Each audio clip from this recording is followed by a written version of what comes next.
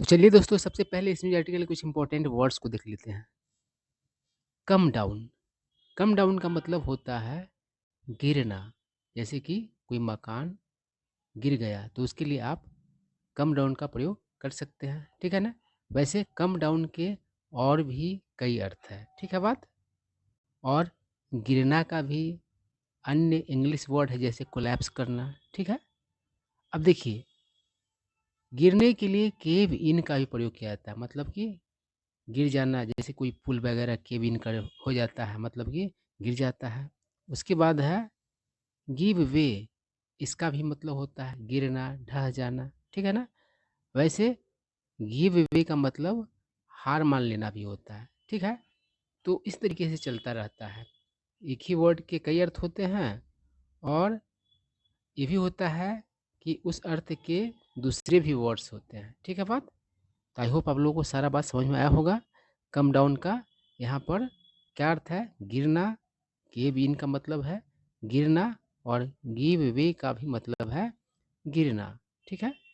कोई बिल्डिंग या पुल ऐसा है ना, हम लोग पुल कहते हैं, और पुल इंग्लिश का वर्ड है जिसका अर्थ होता है जलाशय, ठीक है? और हिंदी में होता है सेतु, ठीक है ना? और इंग्लिश में होता है ब्रिज, लेकिन हम लोग हिंदी में पुल कहते हैं, ब्रिज को ही पुल कहते हैं, ठीक है बात? अब चलिए आगे बढ़ते हैं। प्लॉट।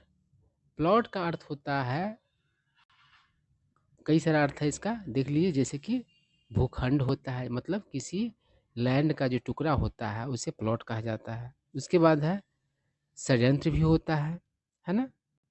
उसके बाद कहानी भी होता है, ठीक है? तो अगर किसी फिल्म का प्लॉट अच्छा रहेगा, मतलब स्टोरी अच्छा रहेगा, तो वह फिल्म सुपरहिट होगा, ठीक है? तो देख पा रहे होंगे कि एक ही वर्ड कई तरह के अर्थ दे रहे हैं, ठीक है? उसके बाद है पिटफॉल। पिटफॉल का मतलब होता है हिडन डेंजर, मतलब कि छुपा हुआ जो खतरा होता है उसको पिटफॉल कहा जाता है, ठीक है? उसके बाद हिडन डिफिकल्टी, है ना, मतलब छुपी हुई जो समस्या है उसको भी आप पिटफॉल कहेंगे, ठीक है ना?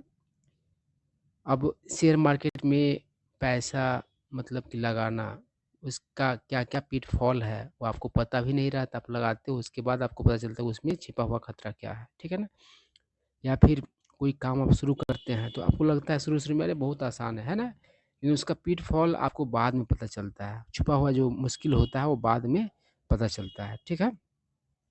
अब चलिए आगे बढ़ते हैं। अनरेगुलेटेड। देखिए, इस वर्ड को समझने के लिए इसको समझिए। रेगुलेटेड, रेगुलेटेड मतलब होता है controlled by rules and regulation, मतलब जो चीज़ नियंत्रित हो किससे? रूल्स एंड रेगुलेशन से, उसको रेगुलेटेड कहेंगे। और जो ऐसा नहीं हो उसको अनरेगुलेटेड कहेंगे। मतलब रेगुलेटेड का एंटोनिम है अनरेगुलेटेड, मतलब अनरेगुलेटेड कोई चीज़ है तो वह मतलब रूल्स एंड रेगुलेशन से बंधा हुआ नहीं है ना? उससे परे है, ठीक है? उसके बाद है रियलिटी। इसका मतलब होता है हकीकत, है ना? और देखिए, एक वर्ड होता है रियलिटी, है ना? तो दोनों वर्ड अलग अलग होता है, कंफ्यूज नहीं होना है। इसका क्या अर्थ होता है? तो रियल इस्टेट होता है। तो रियलिटी मतलब रियल इस्टेट क्या होता है? तो ज़मीन, मकान, इस सब का जो इस तरह का जो संपत्ति होता है उसको रियलिटी कहा जाता है ना, या फिर रियल इस्टेट आप कहते हैं, ठीक है ना? उसके बाद है अनस्किल्ड, मतलब अनाड़ी, है ना? और स्किल्ड मतलब हुनरमंद, मतलब जिसके पास कुशलता हो, है ना? तो उसको आप स्किल्ड कहेंगे, कुशल कहेंगे। तो एक दूसरे की एंटोनिम्स हो गए दोनों वर्ड्स। उसके बाद है अफ्लिक्ट। अफ्लिक्ट मतलब होता है to affect in bad way और अनप्लीजेंट वे, मतलब कि बुरे तरीके से प्रभावित करना, है ना? अब कोई बीमारी होता है तो किसी को अफ्लिक्ट करता है तो उसे बुरे तरीके से प्रभावित करता है, ठीक है? उसके बाद है हाई राइज, मतलब अ, ऊंचा बिल्डिंग जिसमें कई फ्लोर्स हो, ढेर सारे फ्लोर्स हो, है ना? उसे ही हाई राइज कहा जाता है। और आप स्काई स्क्रैपर का भी यूज कर सकते हैं। स्काई स्क्रैपर का भी वही मतलब होता है, मतलब कि ढेर सारे फ्लोर्स वाले जो बिल्डिंग होते हैं उसको स्काई स्क्रैपर कहा जाता है, ठीक है? उसके बाद है तीन एक ही तरह के वर्ड्स देख लीजिए। हैपलेस। हैपलेस मतलब होता है अनलकी, ठीक है ना? मतलब अभागा। और हेल्पलेस, हेल्पलेस मतलब होता है लाचार, बेबस। जैसे कोई आदमी बीमार पड़ जाता है तो बहुत लाचार हो जाता है, हेल्पलेस होता है, ठीक है। उसके बाद होपलेस, ठीक है ना। इस होपलेस का मतलब होता है ना उम्मीद, ठीक है ना। मतलब उम्मीद का जिसके पास उम्मीद नहीं हो उसे वही होपलेस कहलाएगा। कोई कभी कभी होता है सिचुएशन जब आप होपलेस हो जाते हो, आपके पास कोई उम्मीद नहीं बचता है, ठीक है, तो आप होपलेस बन जाते हो, ठीक है। तो देख रहे हैं एक जैसा लग रहा है, वर्ड्स है ना, थोड़ा थोड़ा अंतर है, और कभी कभी ये सब वर्ड्स कंफ्यूज करते रहते हैं। उसके बाद एक इडियम है, इंग्लिश का मुहावरा है, wait for the dust to settle, या इसको आप लेट द डस्ट सेटल, दोनों तरीके से यूज कर सकते हैं, ठीक है ना। और इसका मतलब होता है स्थिति स्पष्ट होने का, मतलब इंतजार करना, है ना। हालात मतलब कि स्थिर होने का, ठीक होने का, है ना, स्पष्ट होने का इंतजार करना, ठीक है। अब चलिए पढ़ते हैं क्या करा है। अ 3 स्टोरी बिल्डिंग, 3 स्टोरी बिल्डिंग करने का मतलब क्या हुआ, 3 मंजिला इमारत, है ना। स्टोरी का मतलब मंजिला होता है, और स्टोरी जो कहानी वाला जो स्टोरी होता है उसमें ई नहीं रहता है ना। और मंजिला वाला में क्या रहता है, तो ई रहता है, ठीक है ना। तो क्या करा है कि एक 3 मंजिला इमारत केम डाउन, मतलब कि ढह गया, गिर गया, like a house of cards, यानी कि ताश के पत्ते की तरह, इन मोहाली ऑन सैटरडे, मतलब शनिवार को, कहाँ, तो मोहाली में। क्लेमिंग टू यंग लाइफ्स, देखिए क्लेम लाइफ मतलब होता है जान लेना, तो दो युवाओं का क्या लिया, मतलब कि दो, मतलब यूथ का जान ले लिया। यंग लाइफ कहने का मतलब क्या हुआ, जो जवान का लाइफ हुआ, है ना। युवा लाइफ का मतलब ज, मतलब ये सेंस हुआ दो, मतलब युवा का, उसमें क्या हो गया, जान चला गया, है ना। क्लेम लाइफ मतलब होता है जान लेना। आई क्या करा, far from being quake resistant, quake resistant मतलब होता है भूकंप रोधी। तो the structure could not even withstand digging, dig मतलब होता है खोदना, है ना, तो खुदाई हो जाएगा इसका। और विथ स्टैंड मतलब होता है सहन करना, बर्दाश्त करना। तो कह रहा है कि भूकंप रोधी की बात तो दूर, है ना, वो स्ट्रक्चर जो था वह सहन नहीं कर सका खुदाई को, है ना। उस खुदाई के बारे में कह रहा है अपेरेंटली अनऑथराइज्ड, जो खुदाई मतलब कि जाहिर तौर पर कैसा था, तो अनधिकृत था, मतलब कि गैर कानूनी आप कह सकते हो, जिसका अधिकार नहीं हो वो चीज़ आप करते हैं तो अनऑथराइज्ड होता है ना। For the matter in the adjacent plot belonging to one of the owners of the building. तो मतलब कि एडजेसेंट मतलब सर रहा प्लॉट में क्या हो रहा था, तो खुदाई हो रहा था, और वो मतलब गैर कानूनी अनधिकृत खुदाई था, और वो किसका था, तो ये जो बिल्डिंग जो गिरा है उसके ही मालिकों में से एक का वो प्लॉट था, ठीक है ना। उसके कई मालिक थे उस बिल्डिंग के, उस और उस बिल्डिंग के जो मालिक जो थे, कई मालिक में से एक का ही क्या था, बगल का प्लॉट था, वहीं खुदाई मतलब कि हो रहा था, उसको ही नहीं झेल पाया, ठीक है ना। तो भूकंप को क्या झेल पाएगा, ठीक है।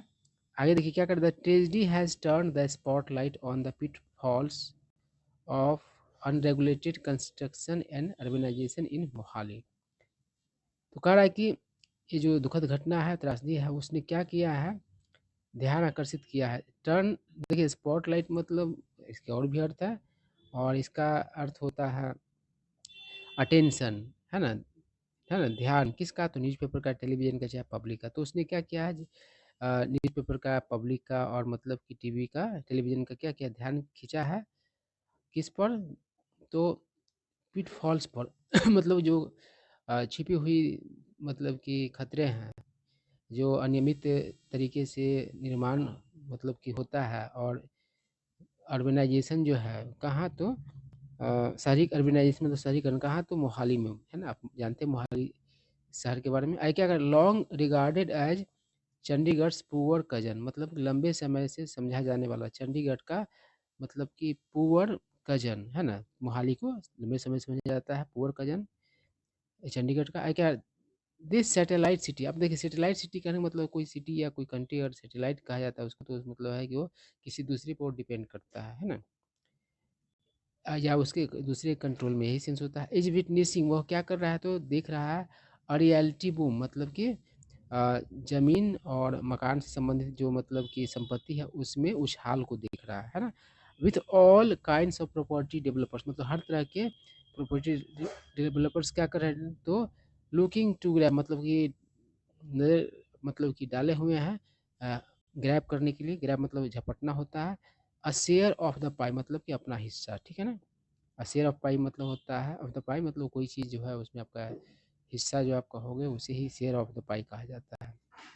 आई क्या कर रहा है, residential and commercial complexes are coming up overnight. Overnight मतलब रातों रात, है ना, या फिर ओवरनाइट का अर्थ रात भर का भी होता है, और कम अप का अर्थ यहाँ पर है सामने आना, प्रकट होना। तो कह रहा है कि आवासीय और व्यावसायिक कॉम्प्लेक्सेज मतलब कि रातों रात सामने मतलब कि आ रहा है, मतलब अचानक से बना दे रहा है, रातों रात बना दे रहे हैं, सेंस है। Even as strict enforcement of the by laws remains elusive. Elusive मतलब होता है जिसको खोजना या फिर परिभाषित करना या फिर हासिल करना मुश्किल हो, है ना, तो उसे इल्यूसिव कहा जाता है।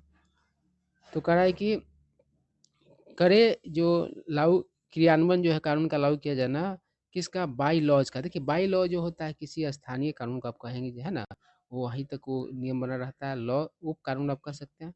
वो कैसा है, तो इलूसिव है ना। आई क्या कर रहा है, द यूज ऑफ सब स्टैंडर्ड कंस्ट्रक्शन मटेरियल। तो घटिया, सब स्टैंडर्ड मतलब होगा घटिया, कंस्ट्रक्शन मटेरियल का जो मतलब उसमें कंस्ट्रक्शन में जो भी चीज़ लगता है वही कंस्ट्रक्शन मटेरियल होता है, और कैसा, तो घटिया उसका प्रयोग।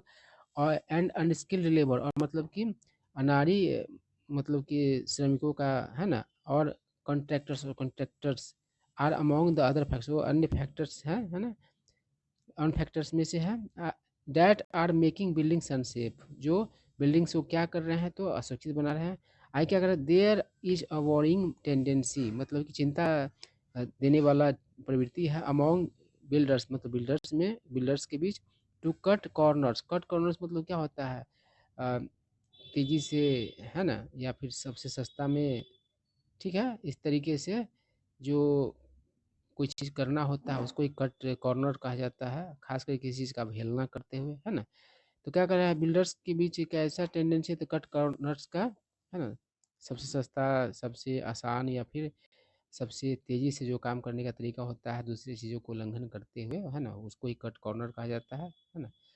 आई क्या, सो एज टू एक्सपीडिएट, ऐसा क्यों करता है, तो एक्सपर्डाइट मतलब तेज करना वर्क, यानी काम को, एंड मैक्सिमाइज प्रॉफिट्स मतलब कि मुनाफा को अधिकतम बनाना, ठीक है ना।